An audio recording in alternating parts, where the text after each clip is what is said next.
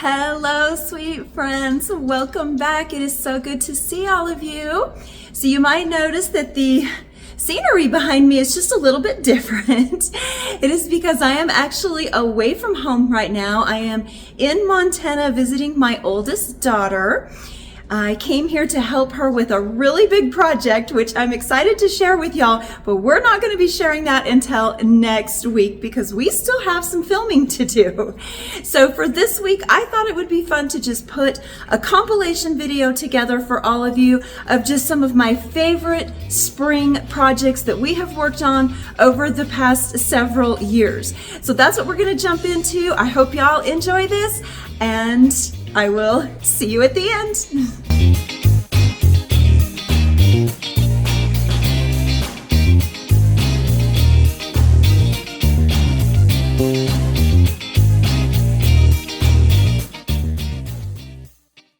This is a project that I made a couple of years ago, and it was such a fun one. So I thought it had to make the compilation list for sure.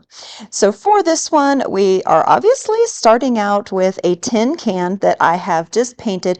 I chose a white paint on this to just create the base. And while that was drying, I set it aside to dry. I'm going to make some carrots, and I'm just making these carrots out of some rolled card stock that I kind of just rolled into, a carrot shape where it was a little wider at the top and got real narrow. And then I cut them down to just make a really good carrot size.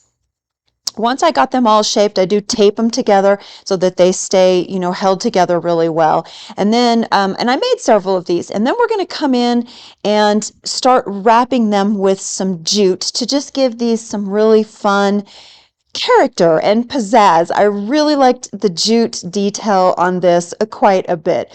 So I wrapped all of these from the bottom all the way up to the top. If I had any excess, I did cut it off, and then I hot glued the jute into place on these so that on both ends so that the jute would stay well secured to our cute little carrots.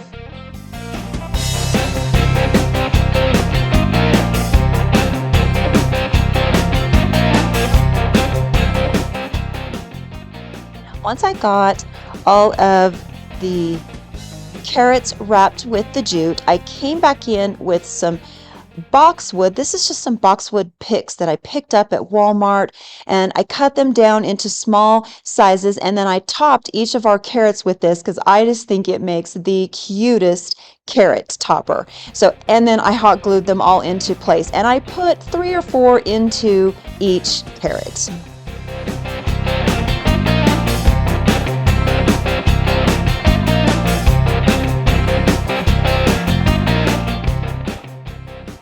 Okay, y'all, so if you've been with me for a while, you know that I am really into texture. I love texture on all of my pieces. And so, whoops, that came out really fast.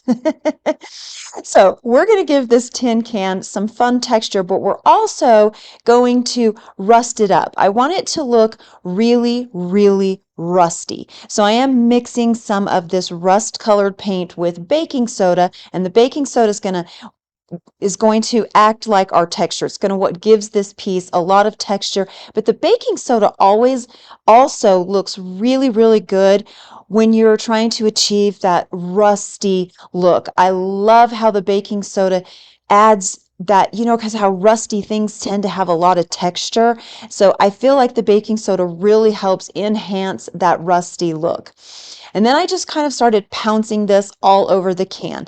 Now my goal here is to actually create rust, and so the whole entire can won't be rusty, but a good portion of it. So I did want some of our base color to show through.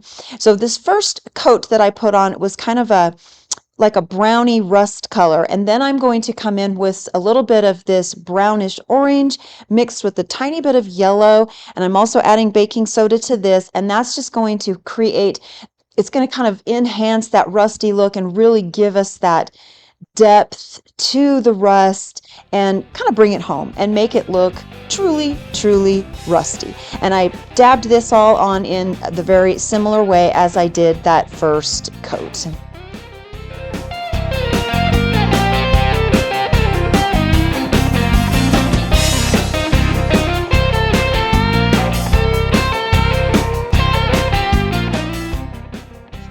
we get a really good look at how that baking soda just adds so much texture and it really enhances that rusty look. I love how this turned out.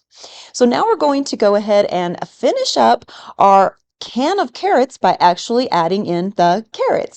So I'm plopping in a little bit of floral foam here, and then I came in with some of this eucalyptus and just added a little bit to the perimeter, the outer perimeter of the can, just to give our carrots just a little extra something something in there. And then we'll go ahead and plop in the carrots. And to attach the carrots to the floral foam, I added some skewers to the carrot, just right through the very bottom of it, and that's what held it in place. So we'll just add these in, and in the end we get this darling little can of carrots, and I just love how this turned out.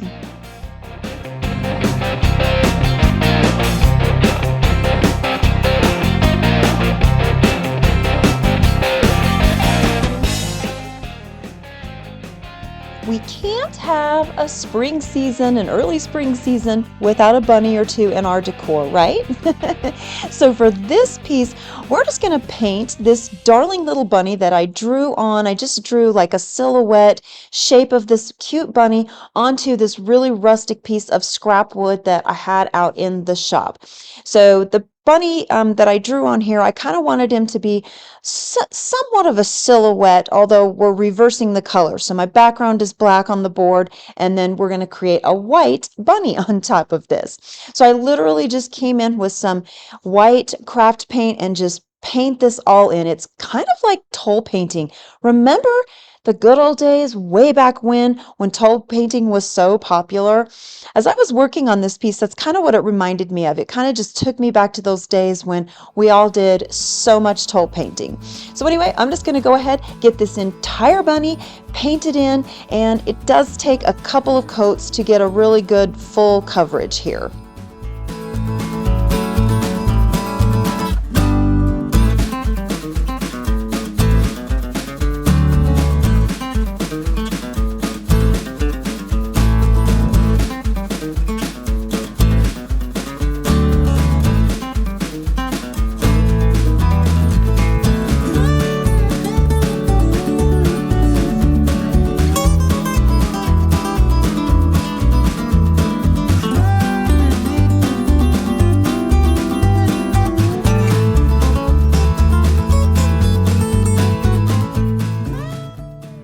After getting the bunny all painted, I thought it would be fun to give him just a little extra something something. So for the eyes on this, I'm going to use these little half wooden beads that I simply just paint black.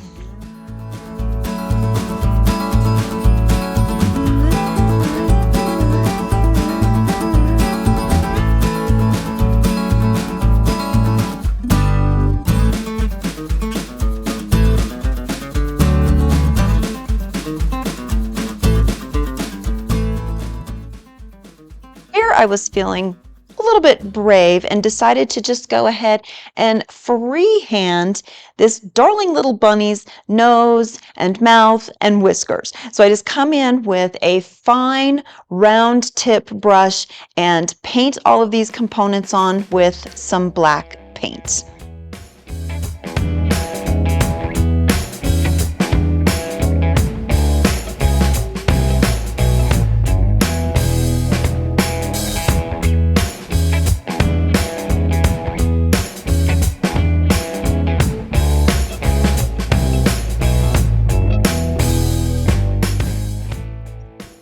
After getting his nose and mouth drawn on, I went ahead and hot glued the eyes into place. And while I was painting his nose and mouth, I was going to paint the whiskers as well, but then I thought, I think we'll do something a little bit different with the whiskers. So we're going to use some cute little strands of jute and glue those into place on this bunny to just create some darling little whiskers that'll give him a lot more character. Before attaching the whiskers, I felt like we needed to add just a little bit of texture to our bunny. He was feeling just a tad too stark white for me. So I came in with a dry brush, a dry stippling brush, using some black or some burnt umber mixed with just a teeny tiny bit of black paint, and just started brushing it all over the bunny with just a gentle hand. And I feel like it just did add a lot to the bunny. It gave it a lot more depth and a little bit more dimension. Plus it kind of, in the end, resembled fur just a little tiny bit.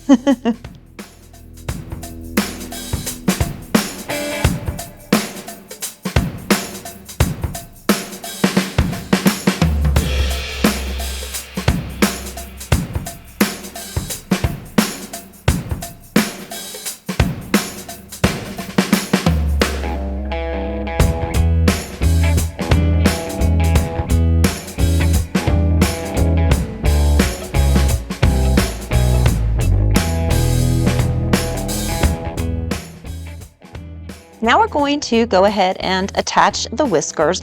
And so to do this, I just sort of started placing them. I kind of just did a dry fit here a little bit, placed them to make sure I got them exactly where I was going to like them and in the position that I thought looked good and just felt right. Once I was happy with that, I did come in and hot glue them all into place. Now that our bunny is all painted, he's got eyes and a cute little nose and mouth and some darling little whiskers, I think he needs a bow. So I found this fabric. I just cut a whole bunch of strips of fabric and then just started creating a bow. And I was going to just do a single layer, didn't really like how that looked. So I added a few layers to this just to get a really nice fluffy bow. And I did this just by laying my strips together, and then I will come back in with a longer piece, tie it in the center to get our tail ends and create a cute little bow.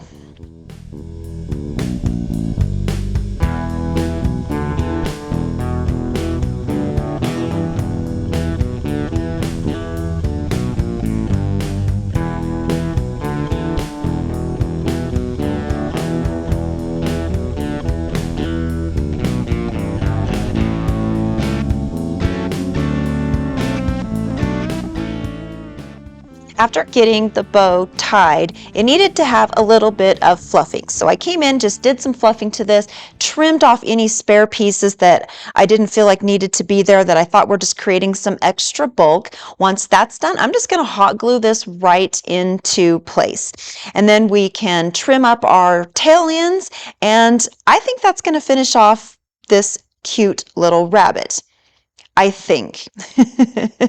Maybe, because I'm not actually sure I am liking this bow. It might be a little too big. I can't decide. Y'all will have to let me know what you like, because in the end, I do decide I didn't like the bow. I end up taking it off because I thought it was just too big and bulky.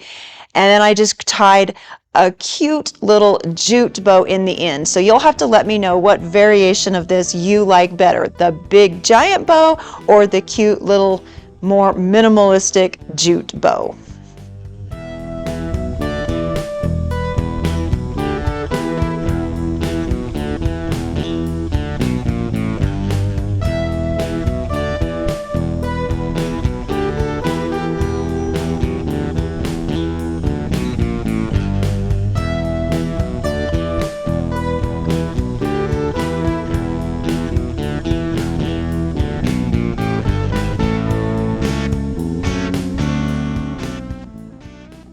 I think this project is really, really fun. So we're going to be making another bunny.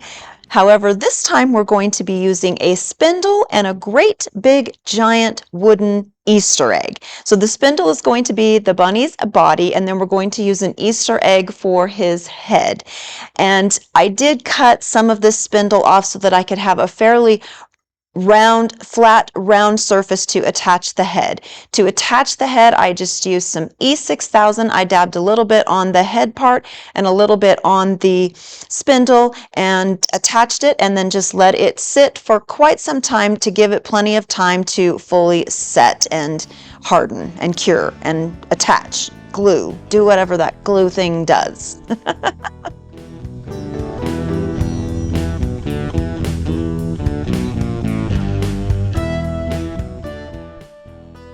For the ears, I am just going to go ahead and cut them out on a scrap piece of wood using my scroll saw to do this. And the ears, I traced this, I drew the pattern freehand and then traced it onto the piece of wood. So the ears are not completely perfect. They're not totally symmetrical on each side, which I think is okay because it just gives it that fun, whimsical look. So we'll go ahead and just get these ears cut out and then we can move on to the next step.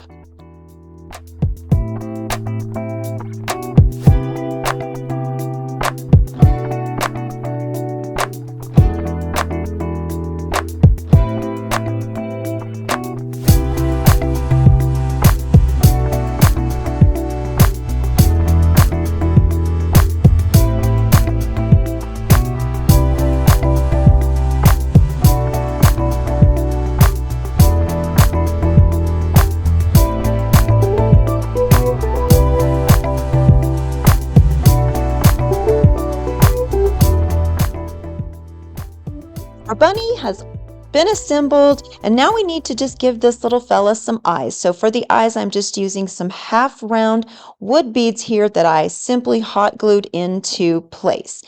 Now I'm going to go ahead and paint him, and I just wanted one solid color on here, so I'm just coming in with some charcoal gray paint and painting the entire piece.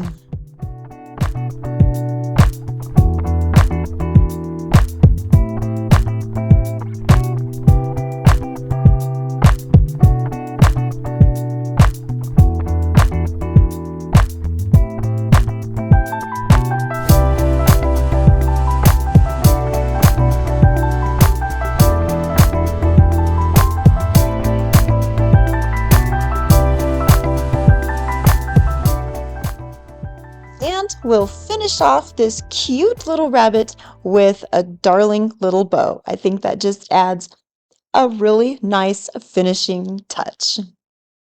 He just turned out so cute.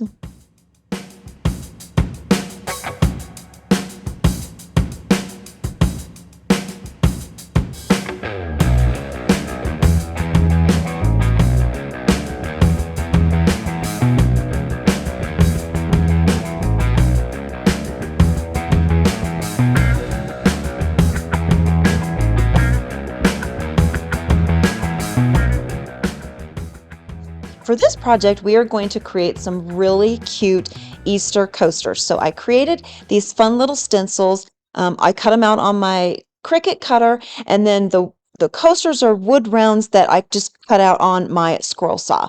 We're going to do a reverse stencil here. So the first thing I wanted to do was come in and stain these with some watered down, I just used watered down black craft chalk paint to do this, brushed it on, and then kind of wiped it a little bit to give it that stained effect.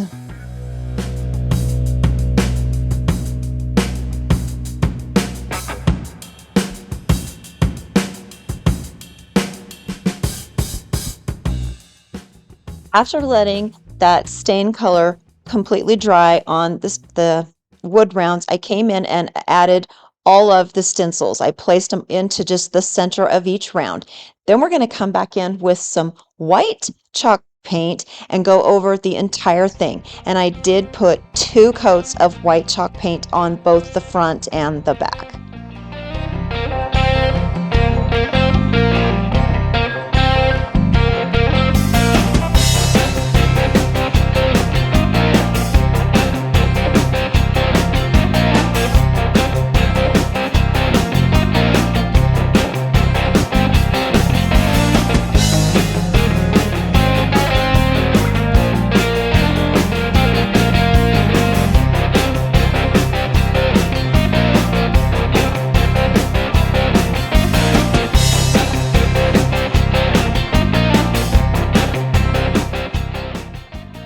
After letting the white chalk paint completely dry, we can come in and remove our stencils and reveal that really pretty stained color underneath. And for me, this part is one of the most satisfying steps of the entire process. I love this step. And I also really love using the reverse stencil because I love how you get just this beautiful sharp edge with no bleed through on your paint.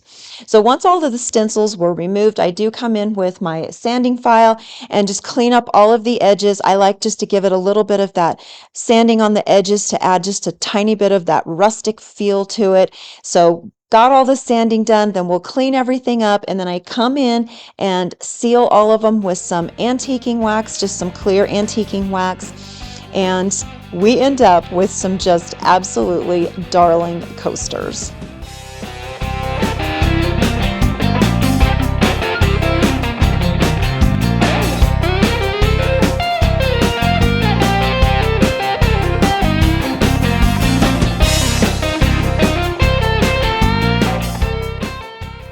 Alrighty, y'all, we are gonna just jump right into these projects. We're gonna start out by painting our birdhouses, and this first one that I am painting in the color Sandstorm, and this is a folk art chalk paint.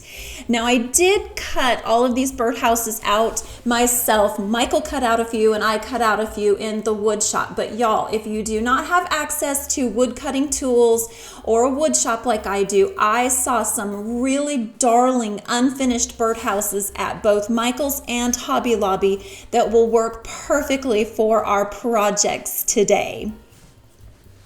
Okay, so I'm just gonna finish painting all of these pieces and then moving on to this second birdhouse. This one I am painting in the color Dove Gray, and this is also a folk art craft paint here. So for one of our birdhouses, we're gonna create a cedar shake roof for it. And these little cutouts, Michael made these for me, and I think they are actually cedar, but I wasn't a fan of that reddish color. So I'm going to go over all of these with some antiquing glaze to just kind of enhance the color and darken it up, just deepen it up a little bit. And after I get all of my pieces painted, I am going to go over all of the edges with my sanding block here to just kind of give the edges a slight distressed look. I don't do a whole lot of distressing on these, but I did want just a little bit here.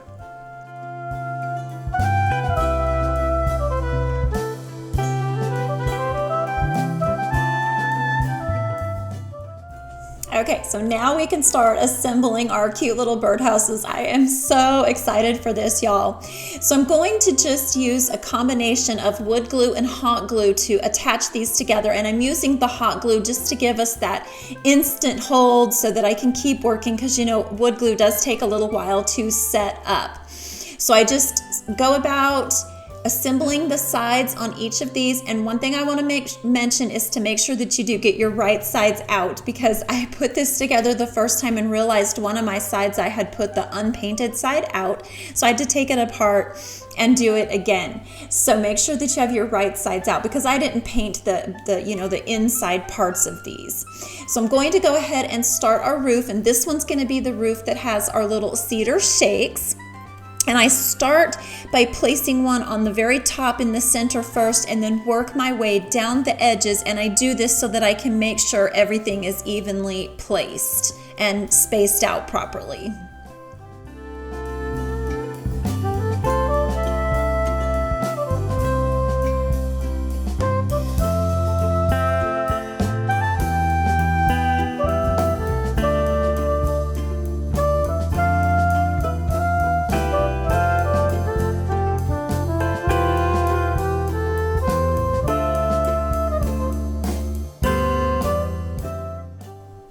How cute is this, y'all?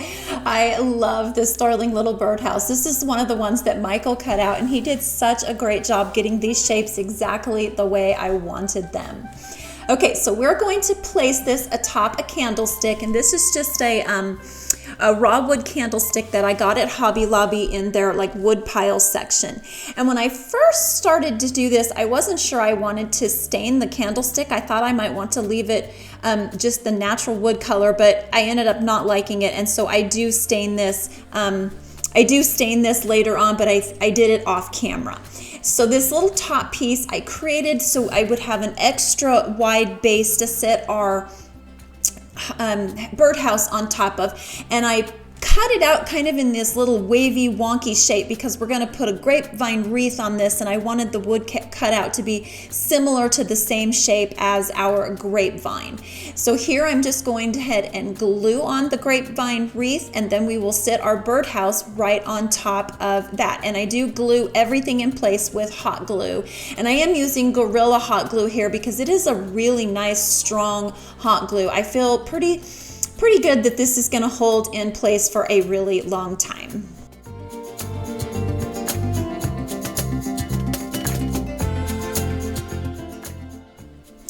Now that all of our pieces are glued into place and they're all set up, we can start embellishing this birdhouse. And this is my favorite part. I love to just embellish these pieces. I feel like it just makes everything come alive and gives it so much more texture and just whimsy to it. So I'm going to start by adding some moss to the front of this, and I'm using just a mixture of green and brown moss, and I was kind of going for that like bird nest look here, so I do make it kind of big and a little on the messy side.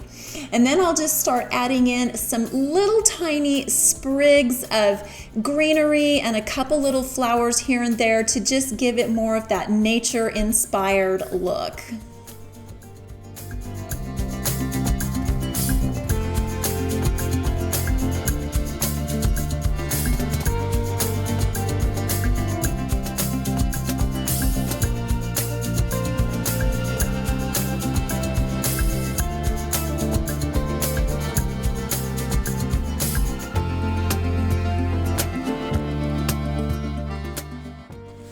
And to the sides of this birdhouse, I am adding just a tiny smidge of the moss that kind of goes around, but I try to keep it pretty minimal on the sides. All right, now we're going to move on to working on the second birdhouse for this little group. And here's where I decided I liked the stained wood versus the natural raw wood. So I did go ahead and stain these. And this is where I also went back and stained the candlestick on the birdhouse that we just finished. And I also went over this with a little bit of white antiquing wax just to give it a little more of that muted, soft tone.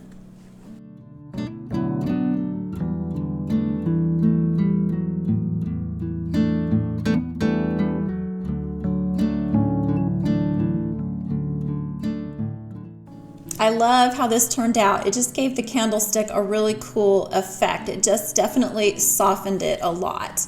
All right, now we're going to assemble this little birdhouse, and this one it's a little smaller but so darling.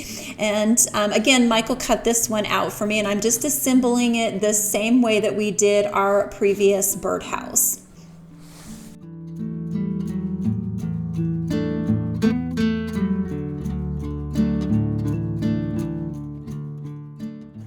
I wanted to give this one a little bit of different texture from our previous one. So around the little opening, I guess our birdhouse door, I'm just going to glue this grapevine wreath into place here, and then I go ahead and glue our candlestick to the base. And this is the bottom part of our birdhouse, and I'm gluing it to the candlestick first, and then I will glue the birdhouse to the top of this base.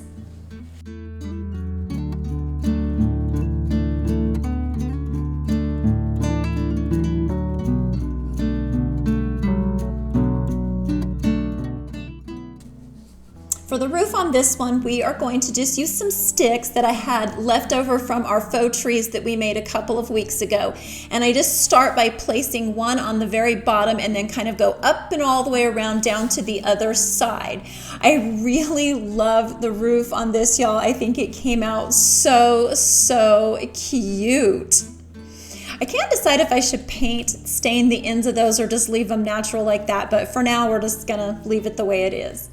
And then I'm going to go ahead and add a little bit of moss to our grapevine wreath, and then embellish it with just a little bit of bibs and bobs of greenery pieces, because I love how just adding these in gives this whole piece just a little bit of extra life.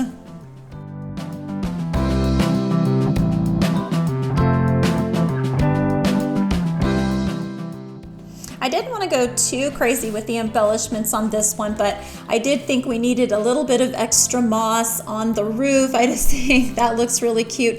And then I added just a teeny weeny bit to the one side of this towards the back and just put in a couple of tiny little green leaves poking out there a little bit. I just think this looks really, really cute. It looks very natural and it kind of has that woodland feel to it. What do you guys think?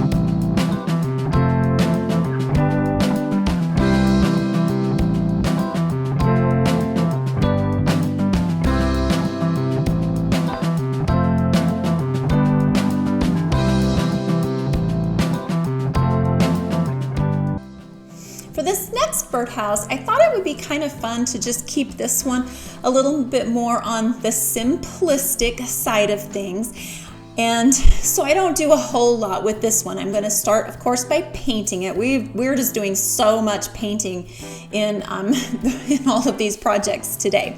But I am painting this one with that same folk art chalk paint in the color Sandstorm. I really like this color. It's just so earthy but neutral at the same time, and a lot of different things go well with this color. A lot of other colors go well with this color, I should say. So I'm just going to go ahead and paint all of our pieces here, and then I do give all of them a little bit of distressing, just like we did with our last project.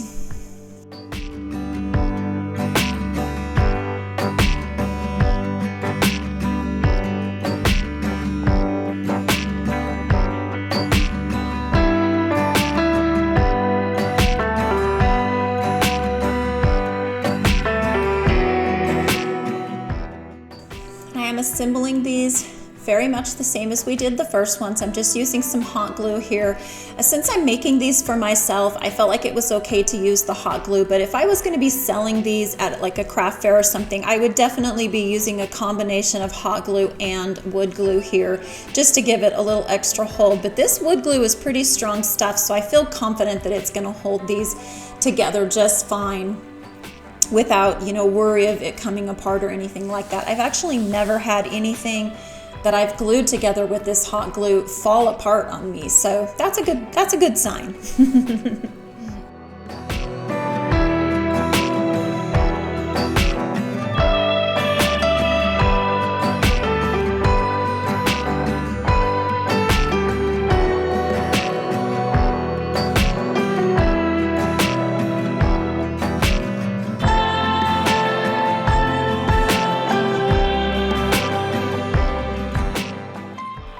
And for the roof on this one, we're going to do like that cedar shake style again, and I'm not exactly sure what kind of wood this is that I'm using here on these, but it was just something I found in our scrap wood pile out in the shop, and I really loved how these looked because it has that raw, rough edged wood look to it, and I thought it would be perfect for the top of this birdhouse. So I just start by putting 2 on each of the sides, and I kind of make sure that I space them evenly, and then I'm going to fill the top with just this smaller piece, and then to fill in that tiny little gap that I have, I decided to go ahead and add this tiny little stick just to give it a little extra something.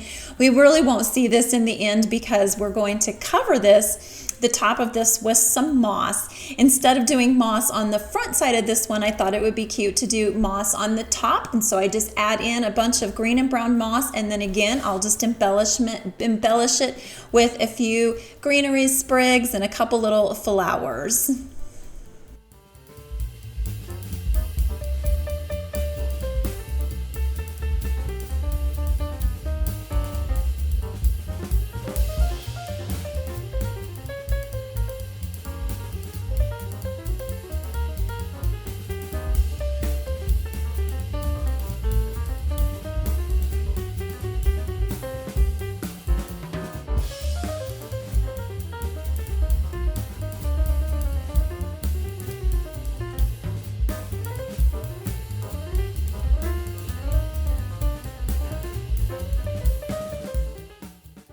Okay, I know that sometimes less is more, but after I got the moss on the top of this one and was looking at it, I was like, okay, it just needs a little extra something on the front. So I'm just going to add some moss to just this one side in the corner and then add in a little tiny bit that kind of wraps around the edge with some, and then add in also some greenery stems and a couple little flowers to the front of this. But then I will go ahead and call this one done, just because I didn't want to go overboard. I did kind of want to leave this one a little more on the simplistic side of things.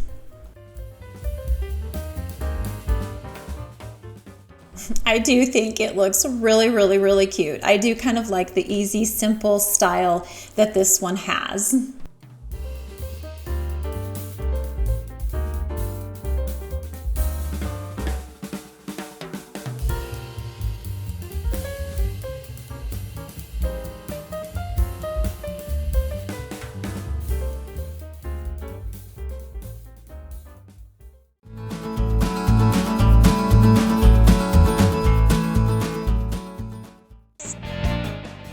All right, y'all. So it's Easter. We're creating some fun Easter decorations here today. So we're going to start our projects off by creating some Easter eggs, or painting some Easter eggs. And I'm just using these wooden Easter eggs. I found these on Amazon, so I will have them linked in the description box for y'all. This was actually a really good deal for all these wooden Easter eggs. And I chose a palette that was very out of the ordinary for this year's colors. I am loving this. I know it's a little bit different. It's definitely not your traditional spring colors, but I love this palette, and it just makes me feel happy. I think they are going to be so pretty. So again, here for all of these eggs, I actually mixed all of these colors myself, and I will try very hard to have the mixes that I used in the description box for y'all. So I'm just going to go ahead and finish painting all of these Easter eggs. I start by painting all of the tops, let them dry really well, and then I flip them over and paint all the bottom sides. And this project actually went really, really fast.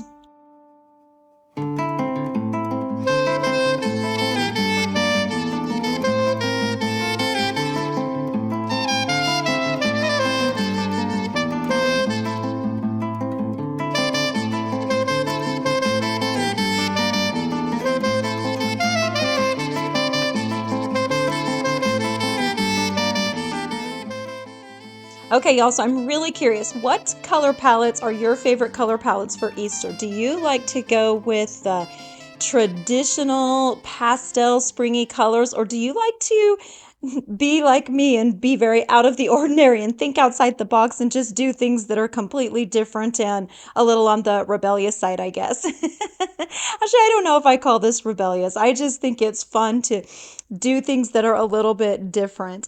And I am loving this color palette right now. What are y'all thinking of this so far? My favorite one is this blue gray one that I'm doing. I think it's my favorite. Plus, I really love that deep purple one and the cinnamon colored one. What are y'all thinking? What are y'all thinking about this? Is this a yay or a nay?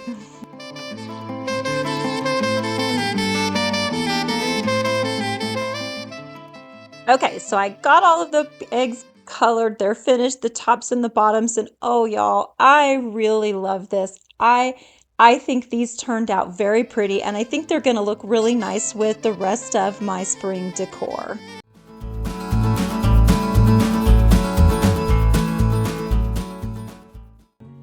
I am so excited about this project, y'all. I have been super into resin and molds lately. So this is going to be a fun one. We are going to create our own little ceramic. They're going to be resin, but we're going to call them ceramic birds. So we're going to need some casting resin, some measuring cups, some stirring spoons, and of course the mold. And I will have this mold listed in the description box for y'all if you want to recreate these darling little birds. So we're going to go ahead and start by mixing our two parts. This resin is a quick set resin, and it comes in two parts. You have part A, part B, and we are going to need 60 milliliters of resin to fill this specific mold. So I'm going to pour 30 milliliters of part A, and then we will fill 30 milliliters of part B. We will stir it really well. When you first mix them together, they're going to be a little foggy. You're going to want to stir these really well until it sort of becomes clear, and that's when you know it's ready to pour.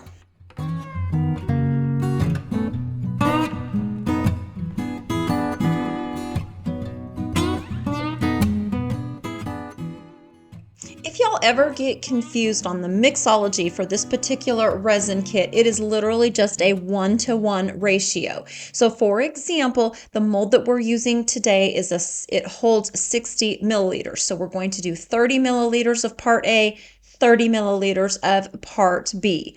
We have now mixed it thoroughly and it is ready to pour into the mold.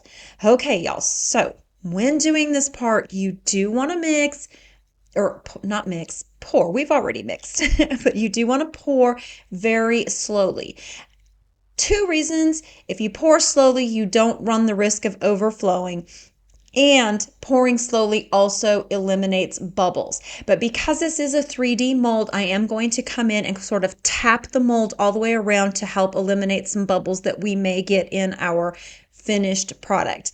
This is after 15 minutes, y'all. This stuff sets up so fast and I love it. And you know it's completely set up when it turns from clear to opaque white. And it was a little fiddly getting it out of the mold, but not too much. You can kind of see here, I popped it out pretty easily. It did kind of make me giggle a little because it was almost like watching an egg or a bird hatch from an egg. All right, so now we have our cute little bird, and oh my gosh, y'all. This just makes me feel giddy. I love this. I love being able to pour some resin in a mold and then just like that, get a little bird that we're going to kind of turn into a bird that looks very ceramic. So I'm going to go ahead and repeat that entire process to create a second bird. And here we are demolding the second one. This one, you know, because it went a little bit faster than the first one because I had a little more practice.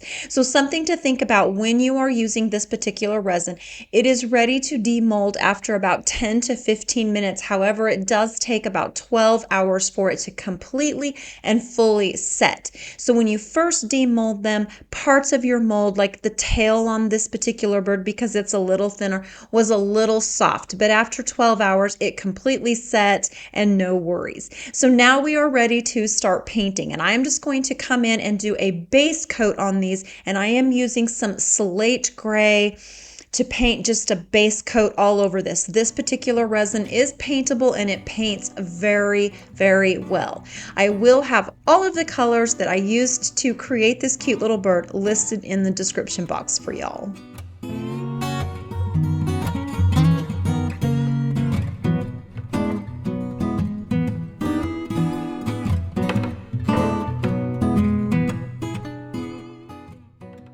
Okay, so now we have the base coat, that gray base coat down on each of the birds.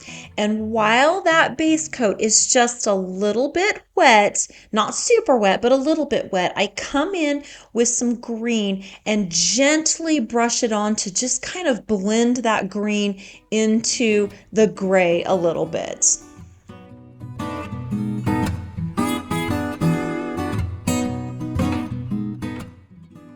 Okay, y'all, so we have let those first 2 coats dry. Our initial gray and our green blend have dried. And so now what I'm going to do is start coming in with a whole lot of layers. The look that I'm going for here is sort of an aged patinaed look. So to achieve that, we definitely need to work in lots and lots of layers. Some of the layers I do let fully dry, and some of them we work a little bit, you know, like wet on wet, so to speak, like you would like if you were watercoloring, for example. So here I've come in and layered on a little bit of dark green, and then I came in with a little chocolate color while that dark green was still slightly wet. And I am using a dry brush here. So I dab my brush into the paint, wipe it off on the paper towel, and then use that to just kind of blend the colors together.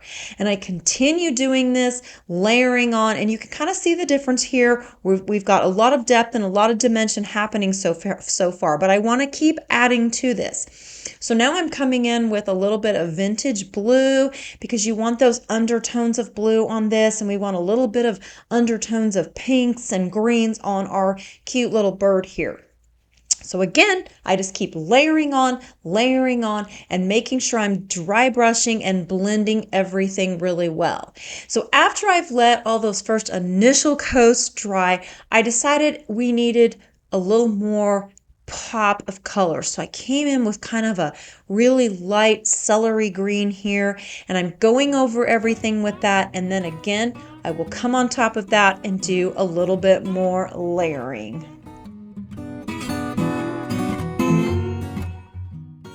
Here we have our birds pretty well finished, and I'm really loving how these turned out. They definitely have that very aged patina look to them. So now it's time to create some cute little nests for them. So I'm going to start by using some candlesticks, this cute little bowl that I found at Hobby Lobby that kind of looks like a bird's nest in and of itself. And then I did find these really cute grapevine bird's nests that were already pre-formed. I found these at Hobby Lobby as well, and we're going to use some of this fun moss and a little bit of florals.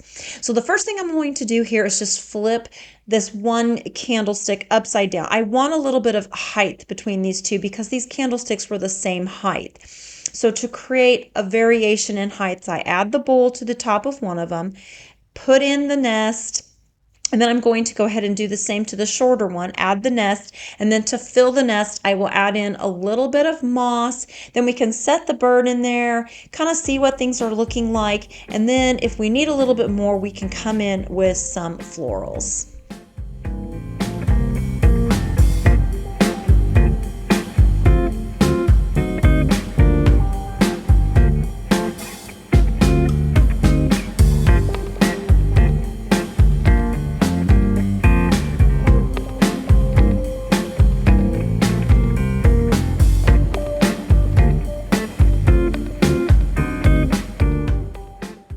At this point, I feel like our nests are looking pretty good. So let's go ahead and tuck our birds in and just see how they set in here and how they are looking. And so far, I am loving the way this looks. I do feel like, though, we need to add just a pop of floral to this. I don't know if birds actually use flowers to build their nests, but I kind of like the look. So I'm just going to take some of this baby's breath and cut a few sprigs off and tuck it just here and there into the nests.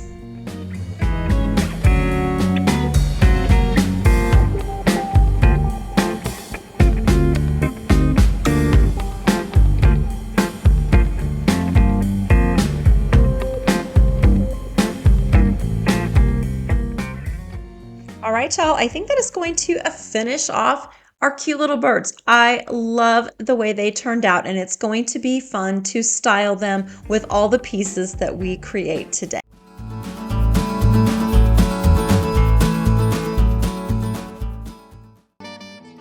I am really excited about this project, y'all. I'm going to show you how I made this cute little bird cage cloche decor piece. I'm not actually sure what I want to call this. It mimics more like a bird cage, I suppose, so we'll just call it a cute little mini bird cage. So we're going to need some wire, and I'm using 12 gauge wire. We're going to need some of these little mini tart pans, some floral foam, some wire cutters, and a wooden finial for the topper. So we're going to get started by first forming our floral foam to the tart tin. And I'm just going to do this by pressing it right into that foam, and that piece was a little bit too big, so I had this spare one left from the first one that I created. So I'm just going to press it right onto that foam to let that foam kind of form to the shape of the little tart pan. And I am using, this particular foam is a dry wet foam, and I like this one for two reasons, because I like the color of it. I like that, just that earthy deep green color, but I also like that it's very moldable. So I just kind of use my fingers to mold this to the shape of the tart pan.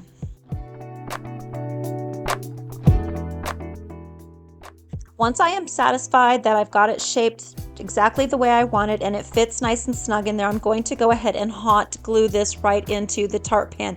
And y'all, be careful. I burnt my finger really bad doing this. I'm not even sure how I did it. Somehow I got some glue on my finger and it burnt. And oh boy, does it smart. Look at that. It's blistering already.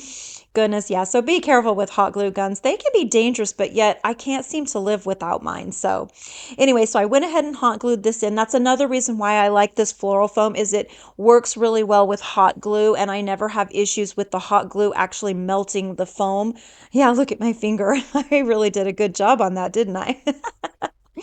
Okay, let's go ahead and start forming our wire. And I didn't have anything in the kitchen that had this nice straight shape to it, so I just grabbed a wine bottle out of my wine collection and used that to shape the foam or to shape the wire. So because I want a nice curve at the top of that. And then once I kind of shape it around that, I fiddle with it a little bit to just kind of, shape it even a little bit more. And then I do want to make sure that all of them are roughly the same length. So I did trim the bottoms off to try to get them as close to the same length as I could. Next, we're just going to go ahead and place them into our little floral foam.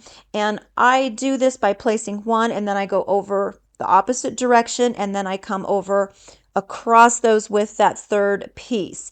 And after I got these set and kind of shaped the way I wanted, I did dip the ends of all of these wires into some hot glues and just sort of pressed them into that floral foam to get them a good secure hold.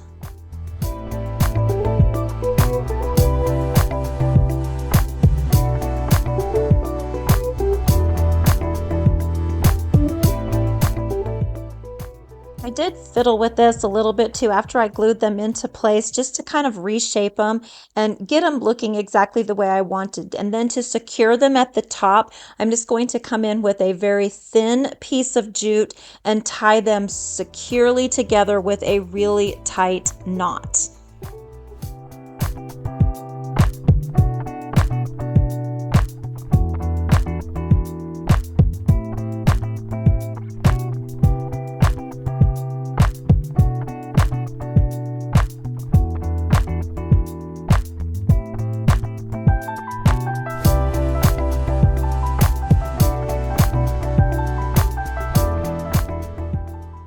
And then of course I will just come in and trim up all of those tail ends, or my two tail ends, not all, there's all of two, the two tail ends, and I clipped them very close to that knot. And that way I don't have a big bulky knot at the top because we do want to glue our finial to the very top of this. All right, so I'm going to fuss with this just a little bit more to kind of shape things and get the shape spruced up a little bit. After you tie the strings, they do tend to kind of move a little bit, and some of them started to bend weird on me. I didn't have that issue with the first one I made, but with this one, I don't know why I was having issues, but I was. Anyway, craft projects are like that, right? Some go super smooth and some don't. Okay, y'all, so I'm just going to go ahead and start layering in some moss here, and I'm using 3 different types of moss, and I do hot glue it down, and here I am being super stupid again. And then I'm like, oh yeah, don't do that. Don't burn yourself again. So I grabbed these, my needle nose pliers, but that wasn't working so well. So I will actually go and grab the proper tool for doing this so that I don't burn any more fingers.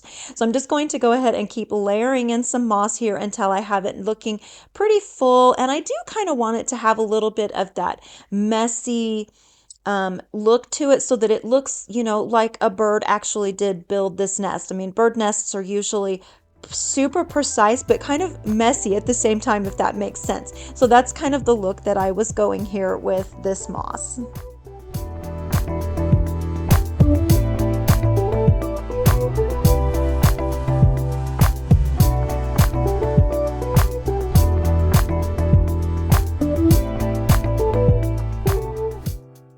Now that we have all of our moss in, and I like the way it looks, it's looking pretty good and full, and I've covered up all of the floral foam, we can go ahead and now add the finial to the top. And I'm just using some hot glue to do this, and I press it on as close to the center of those wires as I possibly can, and then I hold it for a few minutes just to let that hot glue completely set so that the finial will stay in place.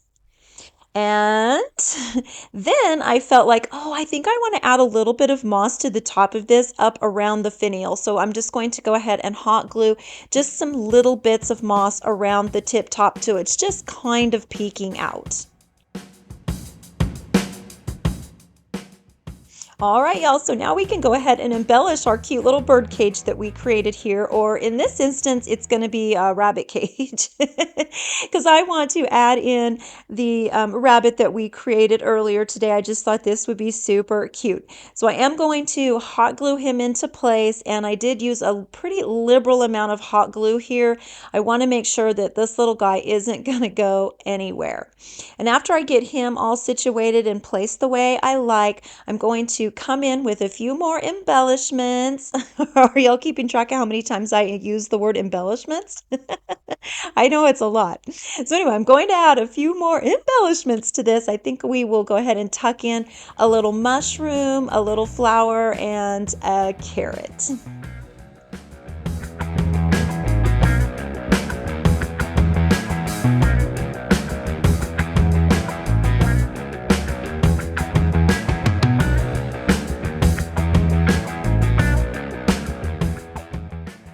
Once we get the carrot all tucked into place, that is going to finish off this project. And y'all, I think these are really, really cute. I think you could use these for so many different things. And obviously they would also look really cute with a sweet little bird tucked inside. What do y'all think of this? I think that this little guy is pretty cute tucked in here. And then I just added an Easter egg to the other one because I was just kind of playing around and wanted to see what kind of filler we could use.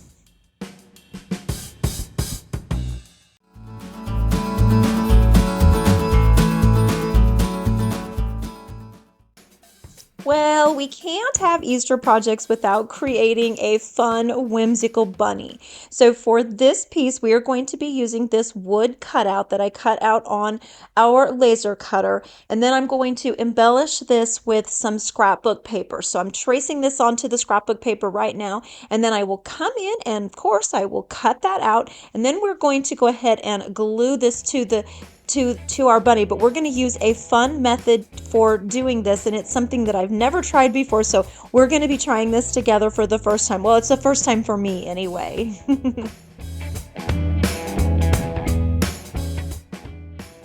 Okay, y'all, so we are going to be using some Mod Podge to attach our scrapbook paper to our wooden bunny. But we're going to do this a little unconventional. We're not going to use the traditional method here.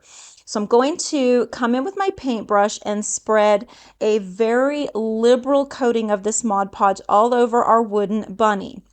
And I'm paying very close attention here to make sure that I get that Mod Podge clear out to the very edges and that every square inch of this bunny is covered, because we want to make sure that our paper gets a very good, strong, secure hold. And I also want to make sure those edges are really held down very well so that none of them peel up. So after I get this Mod Podge completely coated onto the bunny, I'm going to let it dry. So you can see here that it's completely dry now. Now we're going to come in and put our paper on top of the bunny, and then to activate that glue, to reactivate it, we're going to heat it. I've seen this done so many times and I've always wanted to try it. So this is kind of fun, trying something new. So all I'm doing is coming in with my little mini heat press here, and I just start to press down in all the little sections at a time to let that glue get reactivated, and then just like that, it sticks. It's wonderful. It's like magic. I thought this was so fun, and the really best part about this, the coolest part, is I did not get a single air bubble.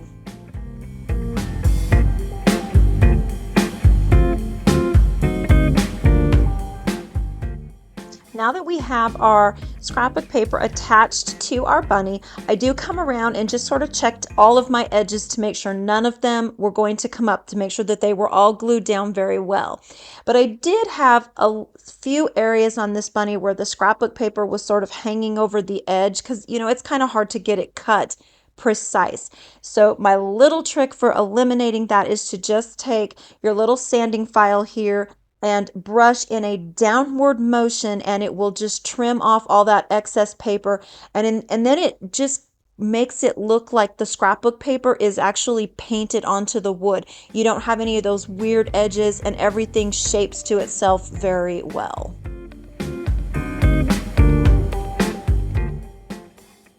Our edges are looking really, really good. And y'all, I'm very impressed with how this method of Mod Podge worked. I love it. I will definitely try it again. Okay, y'all, so now let's move on to actually embellishing our cute little bunny. So the first thing I'm going to do here is cut out a pocket. I want to create a cute little pouch pocket for our bunny to hold some carrots and whatnot. And the fabric that I'm using here to do this was a little bit thin, so I'm going to go ahead and cut 2 pieces, and then I will just attach these 2 pieces together to just make my fabric a little thicker. And this pattern, I created it, I created this in Canva, and I will have it available for y'all as a free download if you're interested. So I'm going to go ahead and cut the pocket out, and I'm also going to cut out some carrots, and I'm using 2 different coordinating fabrics to do this.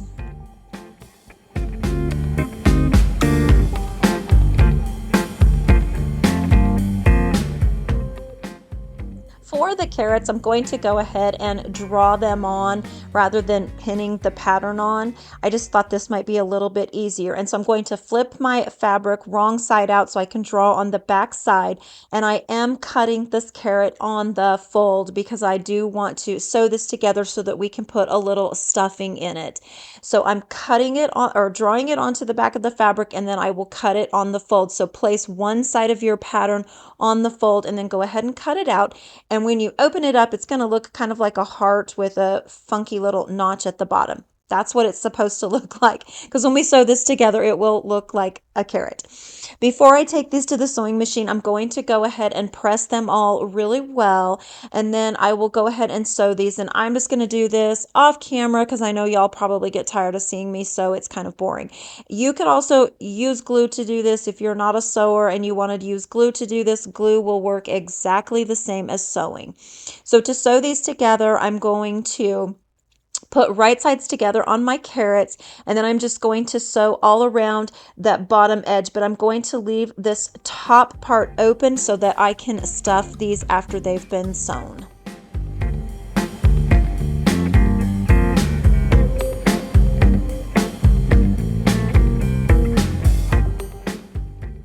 For the pockets, I wanted to have some cute stitching on these, so I'm basically just drawing on that same exact stitch marks that are on the actual pattern piece, and then I will take it to the sewing machine and just stitch around my drawing marks. I hope that made sense. I think you probably know where I was going with that.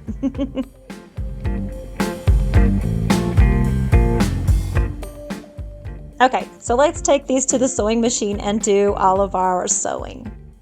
All right, we've sewn all of our pieces together, and now I'm going to go ahead and turn my, I think the pockets turned out so cute. You can kind of see how I just did the stitch mark on that to kind of give it that cute little pocket look to it. I just wanted it to look more like a pocket than just a patch.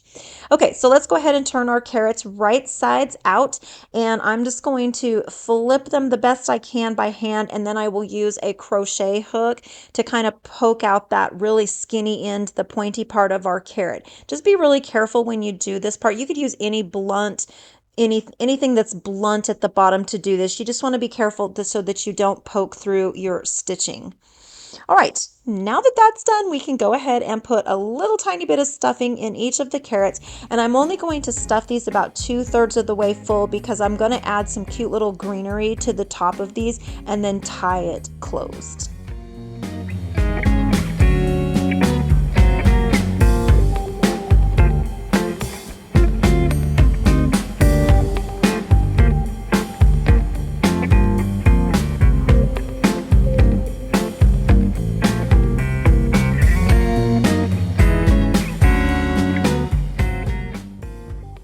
let's get to embellishing this bunny, shall we? So the first thing I'm going to do is attach our cute little pocket right to our bunny's little belly area, I guess you could say. But when I glue this down, I want to make sure that I get a little bit of a pucker in there. So I'm going to put the hot glue on. I'm just using hot glue, but you could use fabric glue, wood glue, like all-purpose glue. You could use tacky glue. Any kind of glue really is going to work to do this.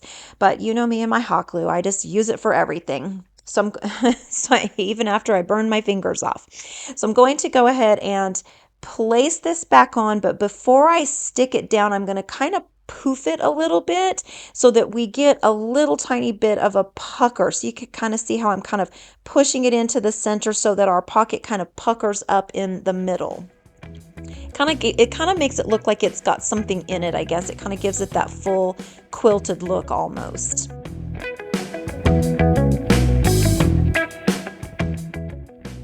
Now I want to create some whiskers for this little guy, and I am just using some very, very thin wire to do this. I forgot what gauge this was, but I'll have it listed for y'all in the supply list in the description box. But it is a very thin wire, and I just cut a small short length of it, and then I wrapped it around my paintbrush to kind of give it some curly cues. And then I'm going to just go ahead and hot glue these into place, and I am using 6 of them, so I'll have 3 whiskers on each side. And then once I get the whiskers glued into place, we will go ahead and glue on his cute little nose.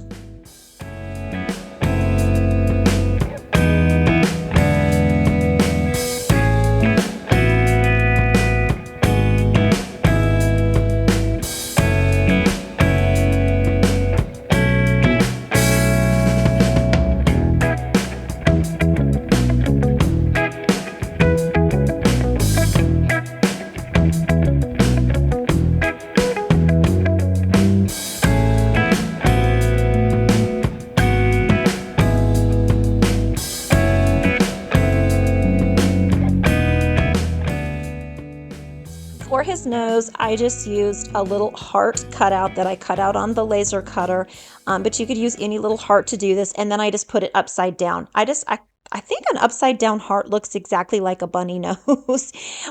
My daughter used to raise rabbits, and I used to say that all the time, that their noses look just like an upside down heart. So that's why I did it this way.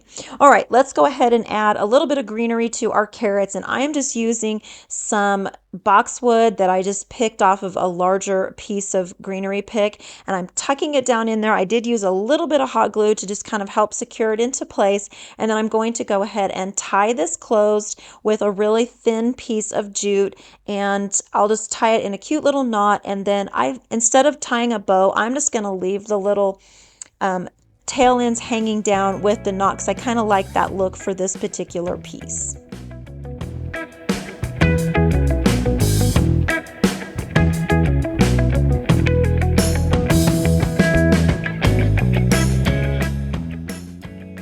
I really thought it would be cute to add a little dragonfly embellishment to our bunny, so I'm going to use one of our ones that we created way back at the beginning of this video out of the resin, and I'm just going to glue it right here, just kind of below the pocket, right around, like almost on top of his foot, I guess you could say. And then right above the dragonfly, I'm going to hot glue a little flower into place.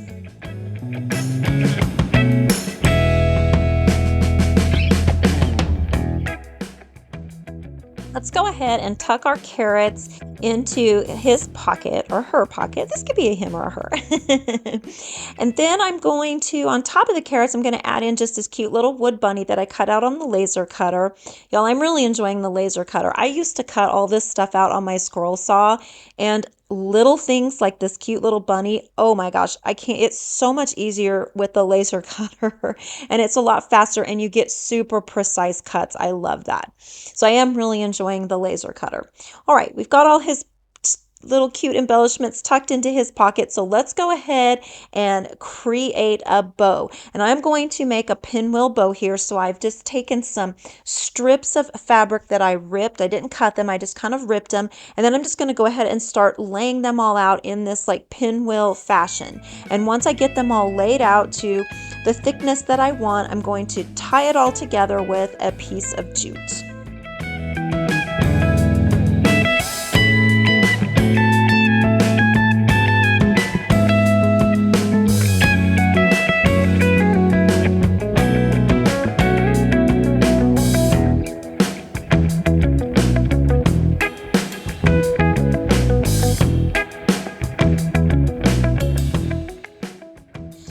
tie this together. I pick my pinwheel up the best I can without it moving, and then I'm going to lay the center right on top that piece of jute, and then just come up right through all of those little fabric pieces and tie it into a knot. And your bow will try to squish up. As you can see, it happened here. It will squish up like this, but once you get that first initial knot tied in there, you can kind of fluff it up a little bit and then go ahead and tie a couple extra knots to make sure that this is really well securely held into place. And then you can go ahead and fluff it up again, and it will fluff right back out into that cute little pinwheel circle shape that we had. And then if you want, you can come in and trim up some of these ends. I felt like mine was just a little bit too big, so I am going to trim a little bit off the ends before we attach it to our bunny.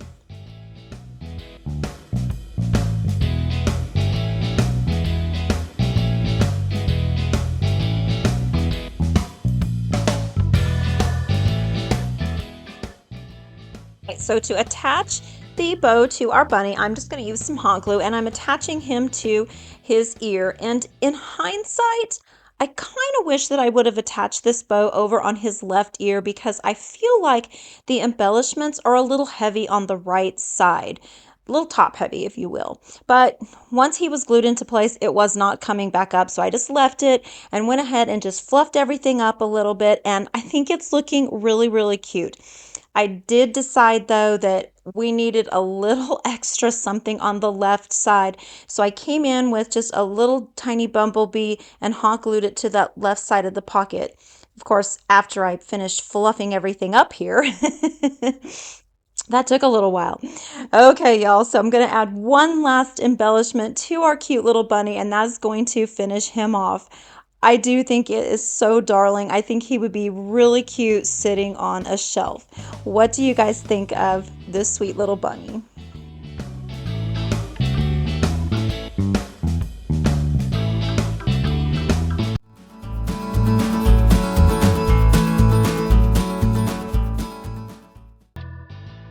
For our very last piece, we're going to create another cute little bunny. This is going to be a slight variation to the one we just made. I thought it would be fun to make this one with a little bit of that three-dimensional look. So I cut this bunny out on our laser cutter, as well as all of his cute little embellishments. To get started, I'm going to paint his little feet pads, the cute little pads for his feet. I'm going to paint them black. I want to do some crackle medium on these. So when you're using crackle medium, you need to have a really dark base coat. So I will just go ahead and cover all of the little accessories here for his feet in a base coat of black, and I only did one coat of paint, and I only painted just the tops because we don't need to paint the backs. They're being glued on, and the sides were already black. So once I get them all painted, I'm going to set them aside to dry, and then I will go ahead and paint his feet. I'm not going to do any crackle medium on the feet, so I just come in with a solid color, and I am using, I believe this is called French linen, I think. Yeah, I think it's French linen, and it's a Waverly chalk paint.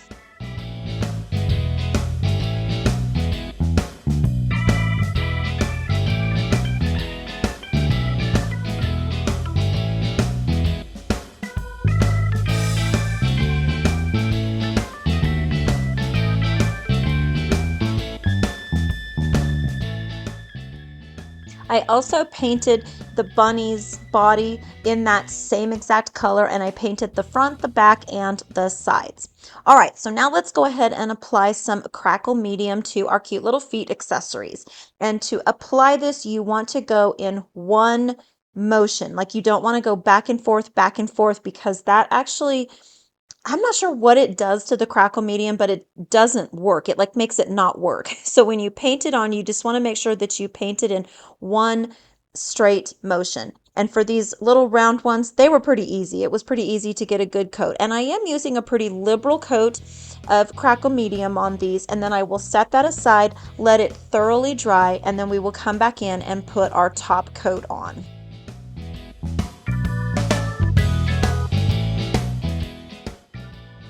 Alrighty, so our base coat and our crackle medium have completely dried, so it's time to come in with the top coat.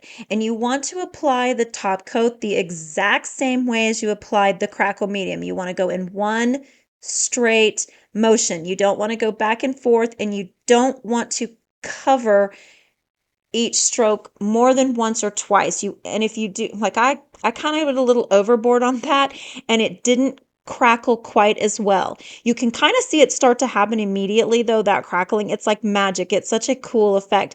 But that one that I painted too many layers on, it didn't crackle as well as the others. So that's something to be mindful of.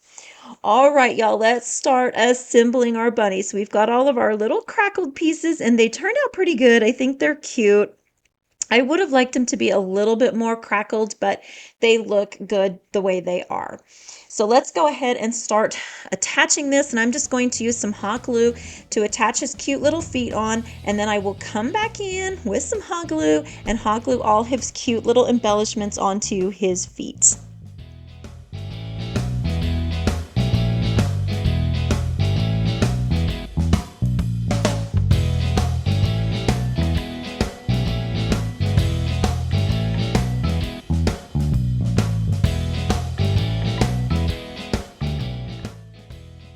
Before I started gluing down the cute little pads for his feet, I did place them all. I just wanted to make sure I had them positioned pretty good and in the way I wanted them before I just came right in and glued them down. So I positioned them all first, and then I will come back in and do the gluing.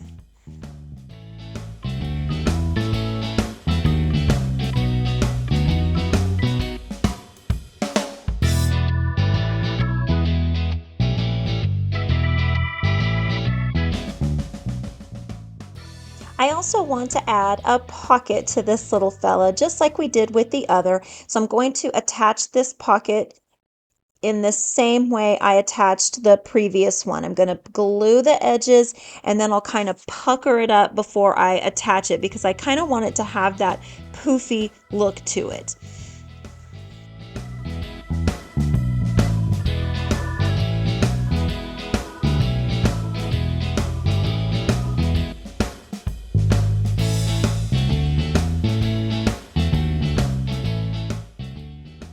We're also going to give this guy some cute little whiskers, exactly like we did the previous one. So I go ahead and place the nose where I want it to be and sort of mark it. And that way I know exactly where to place my little whiskers so that I get them all perfectly centered underneath that nose.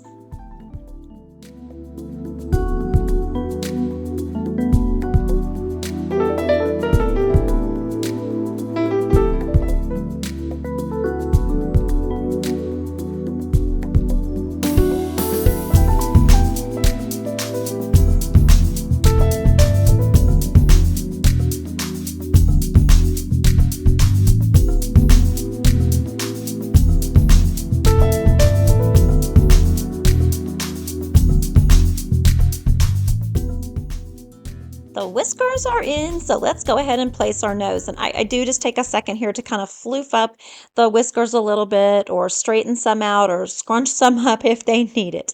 Then we'll go ahead and hot glue his nose into place.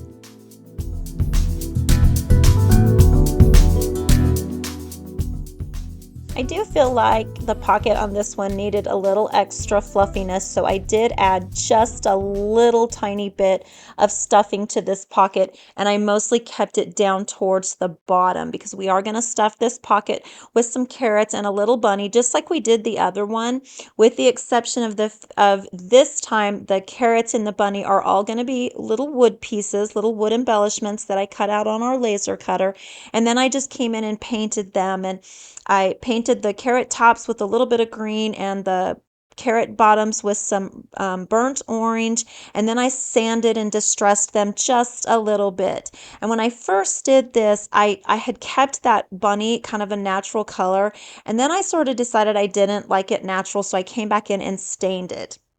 And then, as another afterthought, I started thinking, I think this bunny needs some eyes. So Michael actually ran out to the shop for me, and he cut these eyes out really quickly on the laser cutter. And then just like that, I have some eyes. So I painted them black and hot glued those into place as well.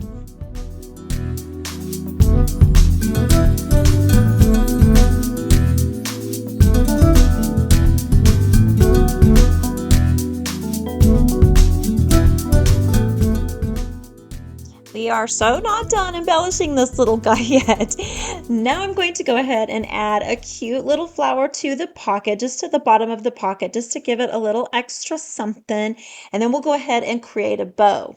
For this little guy's bow, I'm just going to do a bunch of torn strips, but this time I'm going to leave them in strips and just kind of create like a shaggy, fluffy little bow. So I leave them in strips and then tie them all together with a piece of jute. And I'm going to leave the tail ends of this jute kind of hanging down, dangling a little bit long. And I did come in and trim this up just a little bit because I felt like it was a smidge too long.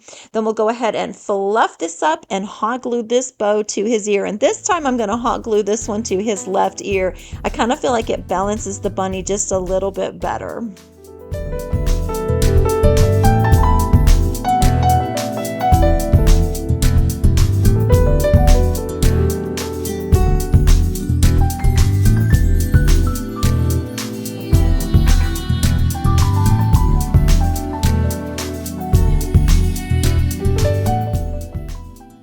And to finish this little sweetheart off, we're just going to add one more embellishment to her bow.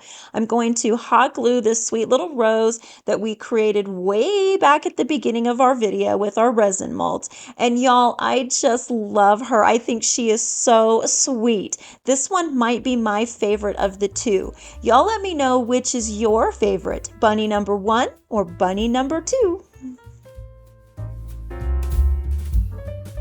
Wow, it amazes me when I look back on a lot of the projects that we've worked on over the past few years, and it just amazes me how many things we have done. And it's a fun reminder of some of the really cool pieces we have made. So I really enjoyed just looking back and going down memory lane as we went through this compilation video of all of our fun favorite spring projects. So I hope y'all enjoyed it just as much, and that you got a little inspiration and maybe a reminder of all the fun things that we've made, in case there was one you always wanted to make but never got around to. So now maybe this will inspire you to do so. Alrighty friends, well, that wraps it up, and I will see y'all next week. I've got some fun, exciting things to share with y'all. So I look forward to seeing y'all again next week. Until then, take care, and I will see y'all soon. Bye friends.